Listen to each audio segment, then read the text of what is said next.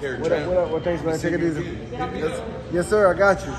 Marcus Hayes, Fight Hub TV here with the one and only, my man Andre Berto. What's up, Andre? What up? We just saw Anderson Silva lose a decision to Jake Paul tonight, man.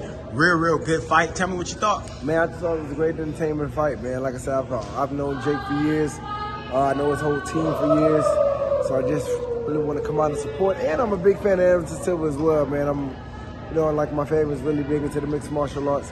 And I know that Anderson, just with his style, could be a very difficult opponent. So I really wanted to see what Jake was going to be able to do with him, man. And it turned into a really good fight, man. It's very entertaining for the people to have a guy like Anderson stand in front of him and give it back to him. You know what I'm saying? So it was good. And with that, man, we saw Anderson Silva, 47 years old, man, get it in the dirt tonight. That's crazy. That's crazy. Brought the fight to Jake Paul. That's crazy. Certain stanzas in the fight, he was having his moments. He looked like he landed some hard punches on Jake. Yeah. What exactly did Anderson Silva prove of himself tonight? He proves that he is one of the best, in the fight game, period. The fact that he's at that age right now still can stand up there with a young buck and go in there and just really dig down in the trenches with him, make the fight very competitive. It was still very close, man. So it was a hell of a fight. And I don't think it's going to be the last time we see Anderson Silva. Sure. Definitely, man. Great night of boxing, man. Definitely. Andre, what's up with you, man? Seeing you doing all sort of different things, man. Social media always popping, brother. Yeah, what's happening? What's going on? I got a lot going on, man. I got a lot of, great businesses going on, making a lot of good money outside the ring. But, of course, my family at Showtime and, Al Heyman and, all these. Like I said, we've been talking. So we might come back for one more, maybe two. We'll see. But, but right now, I'm really doing good with a lot of my great businesses outside the ring, for sure. Lastly, for me, man, Terrence Crawford. Yeah. Earl Spence Jr. Yeah. We're not getting a fight next. Terrence Crawford signed up December 10, Omaha, Nebraska, fighting Avanesian. What do you think about the situation at hand? Man, very good friends with both guys. I spoke to both guys about the situation. What is what did you glean from the conversations that you've had with both fighters? Does it look like we're headed in that direction at some point? I don't know, because I don't know, how Terrence's new deal is structured.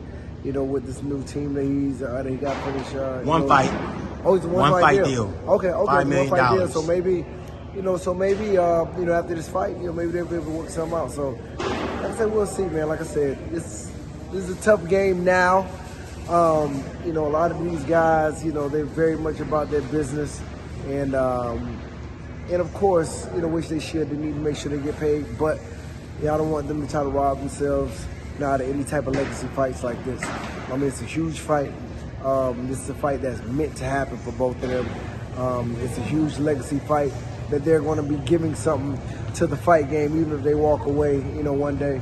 So I don't want them to rob themselves from that. But of course, make sure you get paid. Make sure you take care of yourself. Rumor winds swirling. They were once with Terrence Crawford with the situation. Now the winds are swirling around Earl Spence Jr. Mauricio Suleiman just made it public that he was going to force a fight or try and sanction a fight between Earl Spence Jr. and Keith Thurman. If Keith one-time Thurman, who's rumored to already be out and in shape, is to fight against Earl Spence Jr. next, how do you think they get together? I doubt that happens. I doubt it happens because, like I said, I know Earl. And that's not a fight that he wants to happen. He said it over and over and over again. He's talked to Al Heyman about it. And I know, one thing with Al's always going to try to make sure he satisfies, his fighters. And like I say, he genuinely just doesn't want that fight because I believe, what's up? I just believe that, a situation with him and Keith that could happen I'd say some time ago. And Keith passed on him back then. He always promised himself that he wouldn't have that fight with Keith, so I think he's standing firm to that. I think the last time I spoke to him. So, like I said, we'll see, though. It's a fight game, anything can happen. No doubt, man. Lastly, for me, Ryan Garcia, Tank Davis. I was with Ryan Garcia's dad a few weeks ago out in Gleason's Gym in New York. He let me know, man, that a fight between Ryan and Tank was imminent. If they were to get together, how'd you like that and what you think about that fight? I think that'd be a great fight, man. I spoke to Ryan the other day, actually. I say about the situation. He says that, You know what I mean? And he's agreed on all terms. You know what I mean? So he said everything's just, you know what I mean, just weighing on the Tank side. You know what I mean? When I seen him in passing. Like I said, we'll see. But I really, really think that fight's going to happen. I think that fight's going to be big. You know, for the sport, it's going to be big for both of the guys. And you got two young champions, man. Two young undefeated champions that don't mind fighting each other. And that's what it needs to be. You know what I mean? They really want to fight each other. They really want to make it happen. They really want to prove who's the best. That's the, I mean, hey, yeah, okay, that's the best that we're going to hope for. But I think it'll be a tremendous fight, though. Definitely. Still got the reflexes, still got the speed. My man, Andre Berto, Marcus Hayes, Fight Hub TV, man. Always love, brother. Always.